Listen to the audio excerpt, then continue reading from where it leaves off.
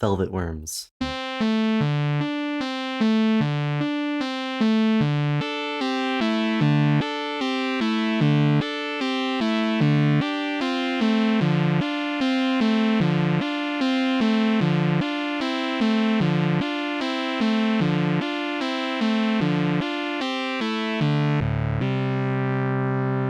Velvet worms are an obscure, relatively small, but unique phylum of terrestrial invertebrates.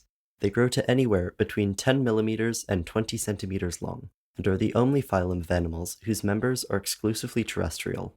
The technical name of the velvet worm's phylum is Onychophora, derived from the Greek for claw-bearer. The name velvet worm is because of the velvety appearance of their hydrophobic skin and their superficial similarity to other groups of worms. Lansdowne Gilding was a Vincentian-born, English-educated naturalist. He was ambitious, joining the Linnaean Society at 21, if reportedly arrogant. In 1821, he returned to St. Vincent, collecting plant and animal specimens from across the island. During this exploration, he happened upon the first velvet worm known to science. Gilding described the new species in 1826, naming it Peripatus juliformis. Though he misidentified a few anatomical details, he noted the worm's key characteristics that would go on to typify all of Onychophora. Gilding classified his velvet worm as a species of slug in the phylum Mollusca. In 1832, two French naturalists, Jean-Victor Audouin and Henri-Mille Edouard, established the family Peripatidae, containing all described velvet worms. Then in 1833, they moved P. juliformis to the phylum Annelida. Adolf Edward Grube was the first to use the name Onychophora in 1850. At this time, there were only 4 named species, all in the genus Peripatus, although all have been split up or reclassified. Despite the lack of diversity, Grube established Onychophora as a monogeneric order due to the velvet worm's distinctness to all other annelids. 3 years later, he elevated Onychophora to a phylum entirely separate to Annelida. Today, Onychophora is usually considered to be one of the 3 phyla in the clade Panarthropoda, a group in which all members have at least 2 body segments and paired segmental ventrolateral appendages. The other 2 Panarthropod phyla are Tardigrada and Arthropoda. The relation of these 3 groups within Panarthropoda is still debated, however. Modern velvet worms bear a striking resemblance to several Paleozoic-era basal panarthropods, such as the genera Atenacanthopodia and Helenodora. Because of this, the study of Onychophora can help us learn more about the evolution and divergence of early panarthropods as a whole, and of Onychophora's sister taxa within it. The velvet worm fossil record is sparse, due to their near lack of mineralized body parts. Fossil velvet worms can also be hard to identify, due to their resemblance to other basal panarthropods, and their tendency to flex while decaying and become distorted. The oldest confirmed species is Antennapatus monsoensis, which lived in what is now Mont-Saint-Lémy, France, during the Upper Carboniferous. Most velvet worms are divided into 2 families, Peripatidae and Peripatopsidae, differentiated by their distribution as well as by some differences in reproduction. The 2 families diverged over 175 million years ago, before the breakup of the supercontinent Gondwana, which is reflected in their modern distribution, separated across multiple southern continents. Of the 237 described species of onychophorans, 92 are peripatids, 140 are peripatopsids, and an additional 5 fossil species are of uncertain placement. Despite this relatively limited diversity, it is believed that there are many more species of velvet worms that have yet to be discovered. Unlike many animals, no velvet worm species have common names. However, it has been proposed that common names should be assigned to velvet worms to help with the identification and conservation of species that have not yet been officially described. Velvet worms lack an exoskeleton, and are instead covered in rings of tiny bump-like papillae, each covered in even smaller hydrophobic scales. Larger papillae have chitinous touch-sensitive bristles, especially near the claws and on the oral papillae. Depending on the species or even the individual, their skin can be brown, red, orange, yellow, green, blue, pink, and more. The ringed structure of their skin often gives the worms a dappled or speckled appearance. The skin is molted periodically. The bodies of the worms as a whole have 2 sections, an anterior head and a posterior trunk. The head has 3 pairs of appendages, the long anterior sensory antennae, the shorter ventral oral papillae, and the mandibles. The mouth is located on the ventral side of the head between the oral papillae. The true mouth, opening directly into the gut, lies behind a preoral cavity, which is closed by 2 layers of scaly lips. The mandibles have 2 pairs of powerful sclerotized jaws that protrude from the true mouth into the preoral cavity, with which the velvet worm cuts through its prey's exoskeleton.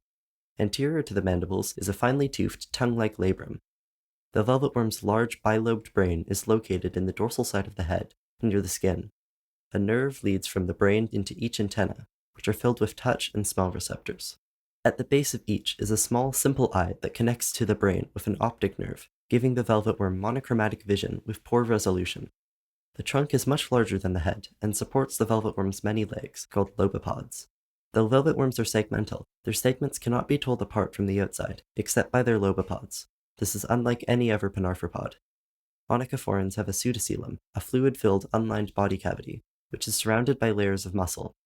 The mouth opens into the gut, which runs through the center of the velvet worm's pseudocoelom and takes up most of its space. The foregut includes the short muscular pharynx, which pumps food through the even shorter esophagus into the midgut, where most absorption and digestion takes place. Finally, the narrow hindgut leads to the posterior anus, where what's left is expelled. The heart is segmented and tubular, and runs, for most of the length of the worm, through a blood-filled dorsal section of the pseudocoelom called the pericardial sinus. Opening freely into the head without an aorta, the heart pumps clear blood to and from the body. The second largest organs of the pseudocoelom are a pair of lateral branching slime glands that connect to the head's oral papillae. A pair of salivary glands extend laterally down the pseudocoelom for around half the length of the body and feed into the mouth. The brain connects to a pair of ventral nerve cords, bridged by a series of thin transverse commissures, which look like a wide ladder running down the worm's pseudocoelom. The nerve cords are non-ganglionated, meaning that there are no ganglia, central clumps of nerve cells. The excretory system consists of lateral nephridia, divided by segment. Each nephridium has a sac into which blood filters, forming urine that is then excreted through pores on the ventral surfaces of the lobopods. The respiratory system is made up of many tracheal tubes, which are constantly open to the outside through atria and provide oxygen to most of the velvet worm's tissues. Mating in onychophorans is still poorly understood and has only been observed in very few species. With the exception of the parthenogenic Epiperipatus inferni, all velvet worms perform sexual reproduction with internal fertilization, but the methods of mating and gestation vary wildly. Males in some species place spermatophores on the female skin, which migrate inside her body. Others have specialized reproductive structures on their heads to deliver spermatophores. Some velvet worms exhibit postnatal care for their young, which look like smaller versions of adults. In females, the ovary leads to two oviducts, each of which connect to a uterus, in which embryos grow like peas in a pod. Both uteri feed into a short vagina that opens at a genital pore. In males, the testes are each connected to a seminal vesicle, which stores spermatophores. Each vesicle leads to the ejaculatory duct, which opens at a genital pore. The majority of species in both families are ovoviviparous, meaning that the mother's eggs hatch in utero, then she gives live birth. Some are viviparous, live-bearing, and unusually for invertebrates, female viviparous velvet worms have a placenta-like structure in the uterus that nourishes embryos during pregnancy. Finally, a few species of peripatopsids are oviparous, egg-laying, laying small eggs that are buried under soil for over a year before hatching. Onychophoran's limbs allow them to move across many surfaces. These legs are called lobopods, and number between 13 and 43 pairs, depending on the species. Each lobopod ends in a foot with 5 spinous pads and 2 of the onychophoran's namesake sclerotized claws. When walking, the weight of the velvet worm's body is typically rested on the pads, with the claws raised above the surface being traversed.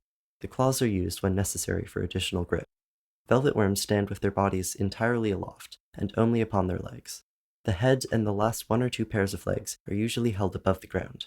They move in a creeping motion, moving their legs in posterior to anterior order.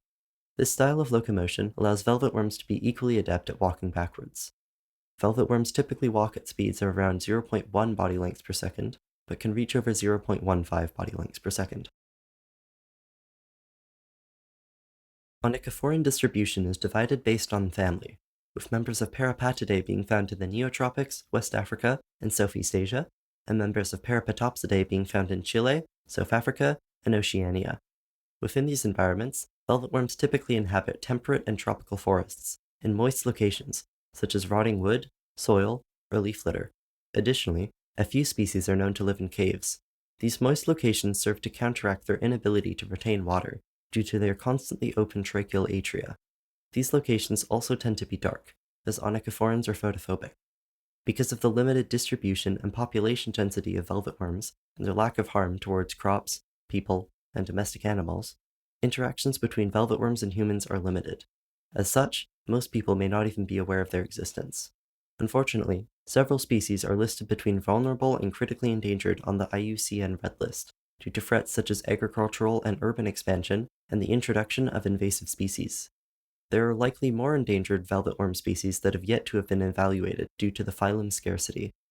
Velvet worms serve as secondary consumers in their ecosystems, preying on a variety of smaller invertebrates. They seem to have few specialized predators, though some birds, spiders, and at least one species of snake are known to prey on them. Velvet worms are nocturnal ambush predators, and have evolved the ability to subdue prey and defend themselves from predators, with jets of slime to overcome their otherwise slow speed. This slime is clear and has a disordered protein-based structure, and contains the surfactant nonylphenol, which is not known to occur anywhere else naturally. The slime is produced and stored in large internal slime glands, which amounts to around 1/9 of the total body mass of the worm, and is fired from small slits on the worm's oral papillae. Forcing the slime through such small openings accelerates the slime up to around 3 to 5 meters per second. Velvet worms can have a range of over half a meter. The elasticity of the papillae and the unsteady flow of the slime causes a, quote, oscillation of the velvet worm slime jet by passive hydrodynamic instability. Basically, the way the slime comes out makes its flow wiggle, causing it to form a disordered net over the target. This net then quickly sets, trapping the velvet worm's prey or hindering a predator. With their prey ensnared in hardened slime, the worm approaches it and cuts through its exoskeleton with its mandibles. Salivary glands inside the worm's pseudocoelom pump digestive, enzyme-rich saliva inside its prey's body, which lets the worm suck up its now liquefied contents. As I mentioned previously, velvet worms' brains are quite large and developed in comparison to their relatives. Though this suggests the capability for complex behaviors, they were long assumed to be more limited in their actions, until 2005, when complex behaviors were shown in the species U. peripetoides rowelli. E. rowelli is a species of peripetopsid onychophoran found throughout the New South Wales province of southeastern Australia, and particularly abundant in Talaganda National Park, with a density of around 1,000 per hectare. E. rowelli is among the best studied of its phylum, and as such, it serves as a model onychophoran species. Its relative commonality lends itself to being a useful representative of its phylum. The species prefers to live in damp, rotten wood, as with many other velvet worms. Adult females measure between 3 to 6 centimeters, and males are a bit smaller. E. rowelli form aggregations of between 2 and 15 individuals, all living in extremely close proximity or in direct physical contact with one another. These groups have strict social hierarchies, with one top female, followed by other females, then the males. These rankings are determined by size, hence why females have higher standings than males. This hierarchy is clearly seen when the aggregation feeds on prey, with the top female feeding alone for up to an hour, before allowing the other females, and eventually the males, to join. When two individuals meet, they compare each other's sizes with their sensory antennae, and then engage in a variety of possible behaviors, such as the dominant individual chasing or biting the subordinate, or the subordinate climbing over the other's body. If the dominant worm tolerates the other's climbing, then the two E. rowelli will generally enter into no further conflict. Juveniles eat after all the adults have eaten, but are otherwise left out of the hierarchy, even to the point of riding around on the backs of adults, as if being given piggyback rides. This level of complex social behavior is notable for a basal panarthropod, though it's still far from comparable to that of eusocial insects, for example. On that note, the end. Thanks for watching.